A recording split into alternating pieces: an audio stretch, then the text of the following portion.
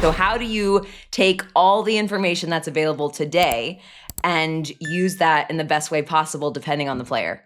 Your last part of the sentence is absolutely crucial, depending on the player. So I'm currently helping out a young British player, Andreescu, a little bit. And this is still finding out how much information they can digest. Because if we go back to Kim's career, and you have somebody like Kim and Justine, they were two complete opposites, not just in playing style, but also in how they processed information.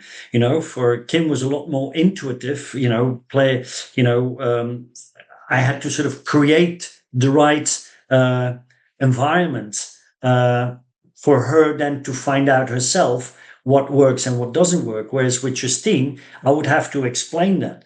But for instance, with Kim, I would do, you do a half court against a full court exercise in order to create an attacking situation, the person that's on the half court versus defending situation on the full court.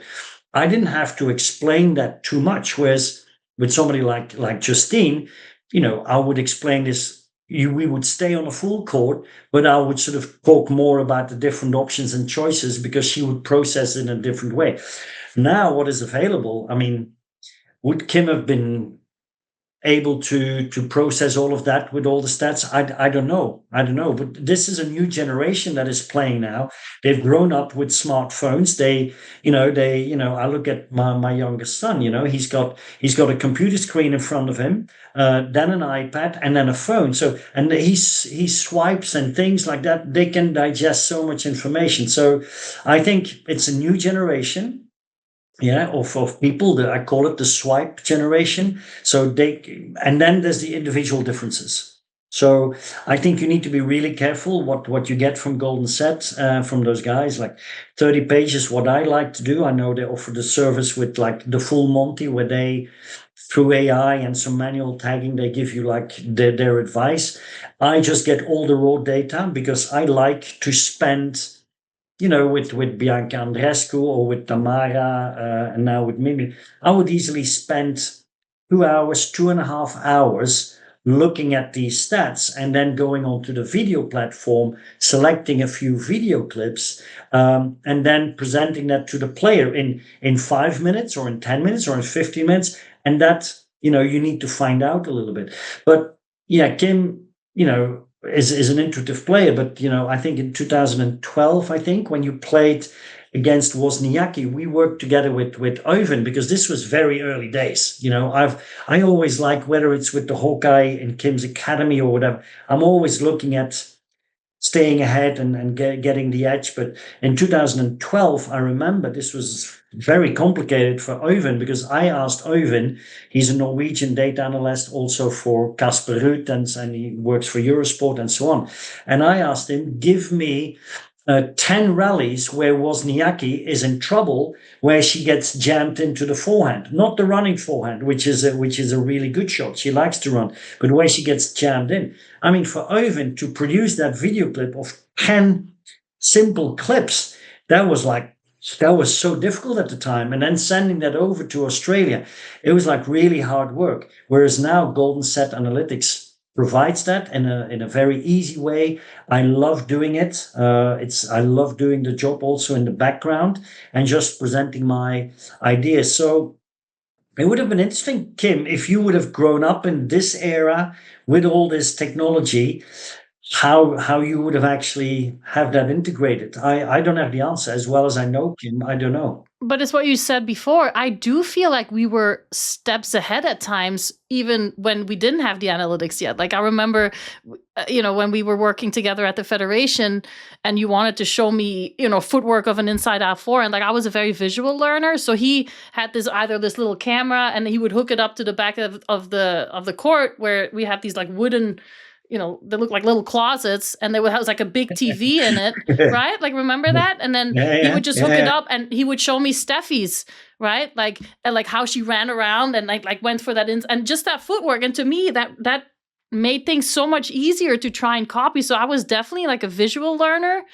One-handed, like backhand volleys. Like I remember just, trying, like practicing and doing that and just seeing it on a video. And so I do think we were ahead already, right? Like it was just not with how it is now, but like Carl would like cut out sheets and My grandmother made those. Yeah. My grandmother stitched those or whatever, or with sewed like them they had together different with different patterns colors. on them. Yeah. And it was like now they talk about the zones, and like that was the zones. And if we had to practice like our what do you call it, onze consistency, right? Like it was Carl would put up the net, but he also would put the sheets in the back and say, okay, when you hit in the furthest closest to the baseline, you get 3 points or whatever it was, 5 points. And that's how we had to get to 100. And then, drills like that, like it was just for that visual. And that's, I think, why I feel the ball, or when I play, I think about that. Like I still think like, oh, it's bouncing a little short.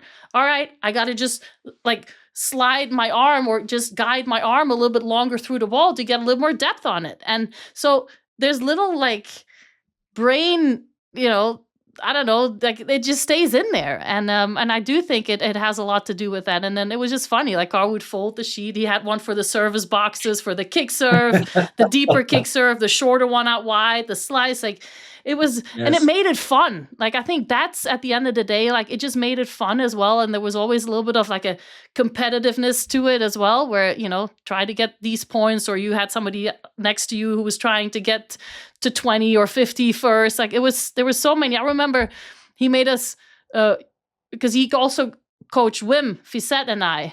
So I remember you made us hit a rally. 17 minutes. 17 minutes with one ball. 17 minutes with one ball. I would start the session and say, listen, I've got good news and I've got bad news. And the good news was it's a brand new ball. The bad news was it's only one. There's only one, right? 17 minutes.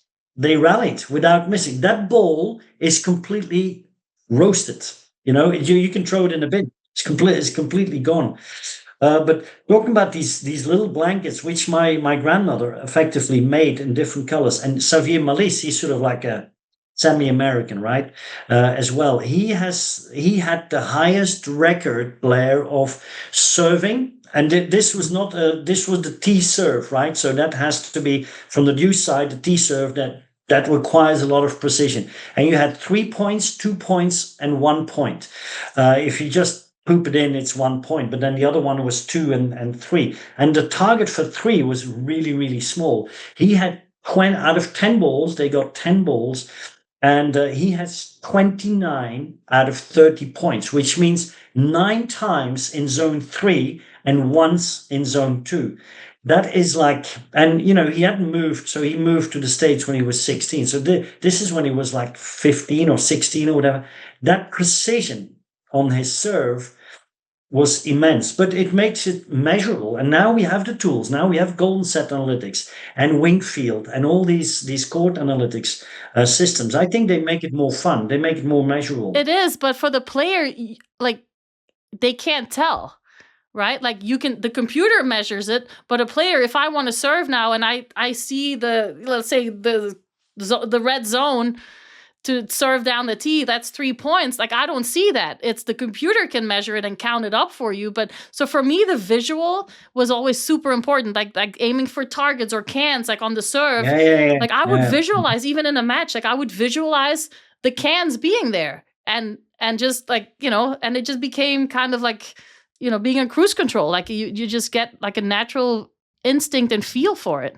I remember a few years ago, Juan Carlos Ferrero talked in an interview, and he said, like, I don't want to bring any data or analytics to Alcaraz yet, because I just want him to learn to understand the game. I want him to read his opponent. I want him to read what it's like to play Novak and his break point down, or so there is a fine balance, I think, in our sport where, because we are only out there by ourselves, like you still like analytics or stats at the time, they matter, but they don't. They're not going to have a huge impact if you can't read your opponent or you can't absorb, what's happening on the court, right? And so I always a little bit worried. Like I think the coaches these days have a very important role, especially in that age group where 14, 15, 16. I think where it is so important to let the players also figure it out for themselves and being able to read the matches and read their opponents and going to watch their opponents, not just from a screen or, or the numbers. So I think that's a coach's responsibility. And there's so much data out there that I would feel overwhelmed, like if I would learn everything. So. No, you're right. Yeah. You're right. I think it was Jack Groppel at the time. He's like an institute in tennis history and research, and so I think the quote was from him that too much biomechanics, because tennis, let's say 20, 30 years ago, it was more labeled as a technical sport, and he used this phrase paralysis by analysis. You can really freeze if you start to think too much how you have to hit a shot. It's paralysis by analysis. But the same goes now, a few decades later, on the tactical side. That can also be paralysis by analysis, because you can give so much data that they don't know, what to do anymore. And how to then. And now coaching is allowed, but how much information do you share with the player? So I had a funny one in Australia, where in terms of stats that were available, I said to the player, to Mimi, and I hope she doesn't mind sharing this. It's not a huge thing, but I said, listen, make one unforced error less per game. She lost the set 6-3, but it was a really good set. And the difference was, for me, one unforced error per game. And that would have turned the scoreboard around.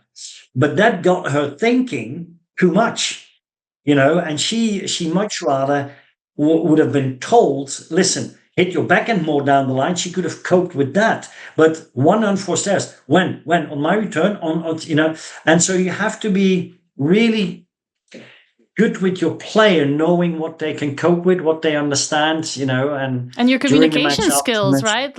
Are so important to teach these kids. I feel like there were times where one word could have brought me back to an exercise that we did, when we were in our preseason and what we were working on, and you get so accustomed to each other, and that's.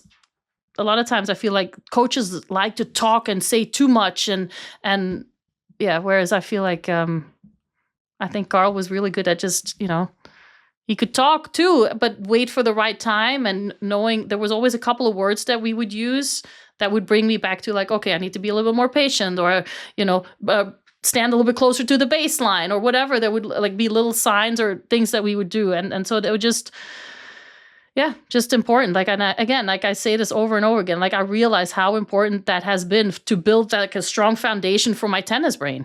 It's that simple. Is that also because you are a mother now of kids that grow up, and that you sometimes need to sort of keep things simple? And maybe also by watching more tennis and listening more to tennis, and listening to let's say Sabalenka, who decides to take breaks in between certain changing surfaces, or after the Australian Open, and I feel like those were things that we did as well. It was so important to have training blocks throughout the year, right? And so I just pick things up. I'm and then I just reflect on how we approach things for a long time. And I just think there's so many things like that I hear, or where I realize, especially when we talk about the analytics and the good mistakes and bad mistakes, right? When you learn that from a young age, you learn a lot of times you can get so into your head where a mistake feels like a mistake, and they're all just as bad. And but then when you are able to kind of dissect it like that, whereas I actually, it was a good mistake. I went for it, and there's so many things, and I'm sure parenting does the same thing as well.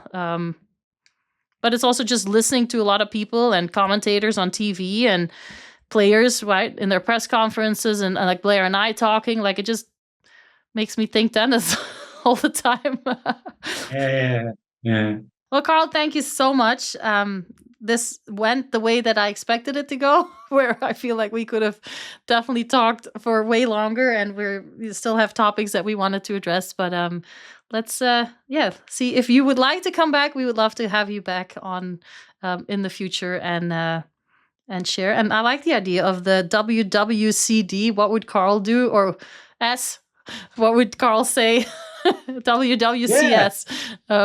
Yeah, could be a fun. it's an interesting one. Not related to me, but I think that it's a cool idea because there's so many topics that you talk about, and you can make it a quick. Did you say, Blair? It's like a quick question, so you can have like five different perspectives. Same question, and you ask 5 different people very quickly. Boom, boom, boom. What does so and so say? What does that? Cool. I think it could be cool. You're hired, Carl. You're our new associate producer. Add it to your list of like 27 things on your resume. Maybe 77. Good. Talk to Sean. All right. All Listen, right. guys, it was fun. It went really quick. It was fun. Yeah, it was really fun. Good catching up. Thanks again, Carl. All right. Bye.